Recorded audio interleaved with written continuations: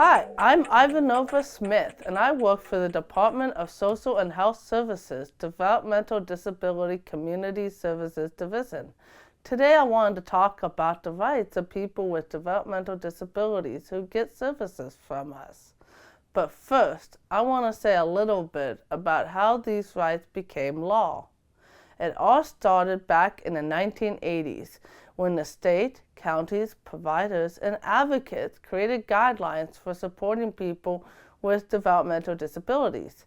They met a few times over the years to write what we now call our guiding values, which are inclusion, status and contribution, relationship, power and choice, health and safety, and competence. People had rights spelled out in law too, but their rights depended on the type of services and where they lived. So in 2020, our state passed a law that makes sure that everyone has the same rights no matter where they live. They're called the client rights. One of the most well-known rights is personal power and choice. This means things like choosing what you eat and drink, who you hang out with, and where you shop. It also means not having to go places just because other people you live with are going there. Other rights include participating in service planning, access to service and health care information, complaints and grievances, access to advocates, and rules about when a provider can terminate services.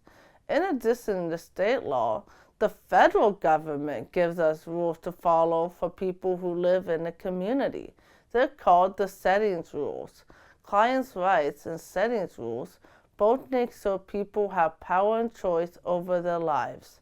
In this series of videos, we're going to dive into client rights passed into state law. Look for upcoming episodes by following DHS social media or subscribing to our email notifications at dhs.wa.gov/DDA and click on News button.